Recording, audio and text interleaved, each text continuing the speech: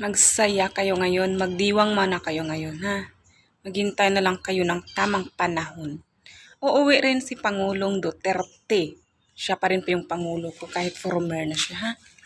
Kaya maghintay na lang kayo. Pinag-pray ko naman siya, nasa mga buting kalagayan po siya. Kahit naiyak ako gagabi. Pero ayaw ko na manood ng mga video muna. Sabi ko para mag-activate ako ng mga Facebook kasi kunting ano lang, drag ko sa Facebook, makikita ko. Yung puso ko galit na galit talaga as in. Hindi ko maintindihan.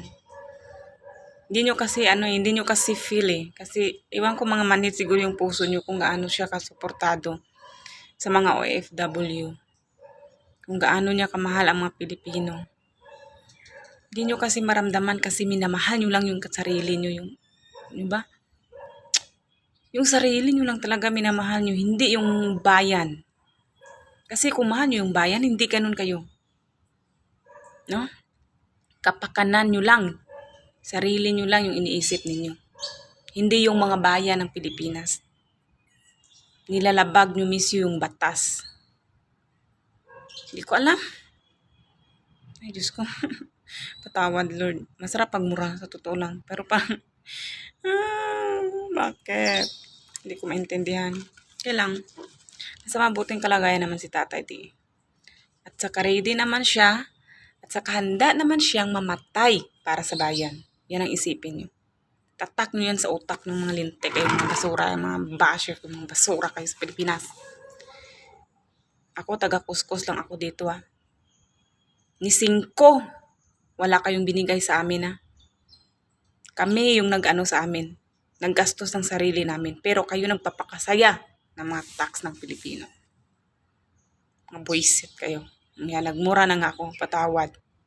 Kasi alam niyo kung galit talaga ako. Hindi ko siya talaga mapigilan pag ako'y nagagalit. Mga linti kayo, yung mga ano ba? Kailan kayo buisit? Ay, namin nagid. Saan ka mo mapatay, mga buisit ka mo? Kalinita na gitiin yung mga hindi kayo naawa sa pinalibing nung nintik nung tatay para lang, ay buisit kayo na pangkuskuson yung mga lintik kayo, mga kuskuson mga bata, yung mga mukha yung mga lipstick kayo, mga sa gobyerno kayo, wala kayong mga utang na loob kay Tatay Ding. Ginawa niya sa inyo lahat, binigyan ng pagkahiro yung tatay nyo, hindi nyo man lang naramdaman yun, hindi nyo man lang nagpasalamat ako doon kasi nga nilibing yung mga buisit, mga gago kayo. Gago kayo. Buisit kayo. Mamatay sana din kayo. Sana kung mamatay man si Tatay Ding, sunod kayo ng buisit kayo. At least mamatay siya sa pagmamahal ng mabayan. Pagmamahal ng Pilipinas. Pagmamahal ng mga tao sa Pilipinas. Mamatay man siya. At least, marami siyang natulungan. Marami siyang pinagbago ng mga adik. Pero ngayon, anong nangyari? Bumalik ang mga lintik na adik. Alam ko maraming mga sundalo dyan na sumusuporta pa rin kay Tatay Ding at saka mga pulis. Pero hindi sila pwedeng magsalita. Kasi may batas Trabaho nila yan. Anong sabi ni Tatay Ding? Trabaho nila yan. Kung sino yung yung pagserbihan nila. Pero alam natin kung sino yung minahal ng mga sundalo at mga pulis. Alam natin yan. Huwag nyo mang itago. Naramdaman namin yun. Pero wala kayong karapatan para ipakita yun. Kasi trabaho nyo yan Mawawalan din kayo ng trabaho. Pero alam namin na mahal ng mga sundalo at mga pulis, yung mga Pilipino. Lalo na si Tatay Ding. Kasi minahal sila ni Tatay Ding Pero alam nyo, sarap talaga ingus-ngus. Ako'y galit na galit talaga. Hindi ko mapigilin. Kagabi pa, 4 na oras ang tulog ko. Dahil sa hindi ko hindi intindihan. Sarap ikuskusin yung mga bunganga, yung buisit kayo. Wala kayong alam sa batas. Sabi nila sa amin, wala kayong alam sa batas. Wala kayong alam sa batas, mga buisit kayo. Nasaan yung batas nyo? May batas ba na warrant of arrest nyo? Ano lang sa cellphone? O hindi kayo mga bangag?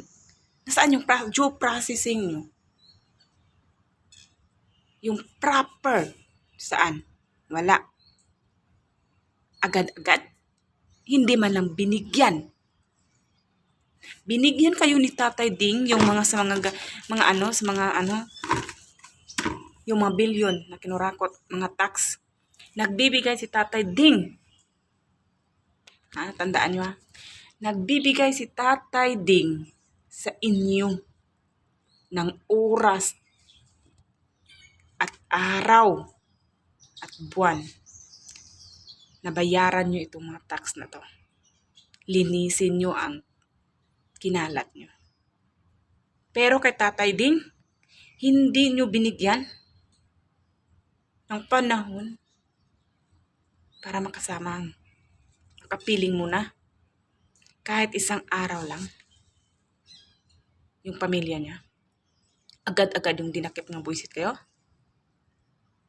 Naano na ako sa inyo ha, nanggigigil na ako ha. Alam nyo, nakakatawa kayo. Tawad.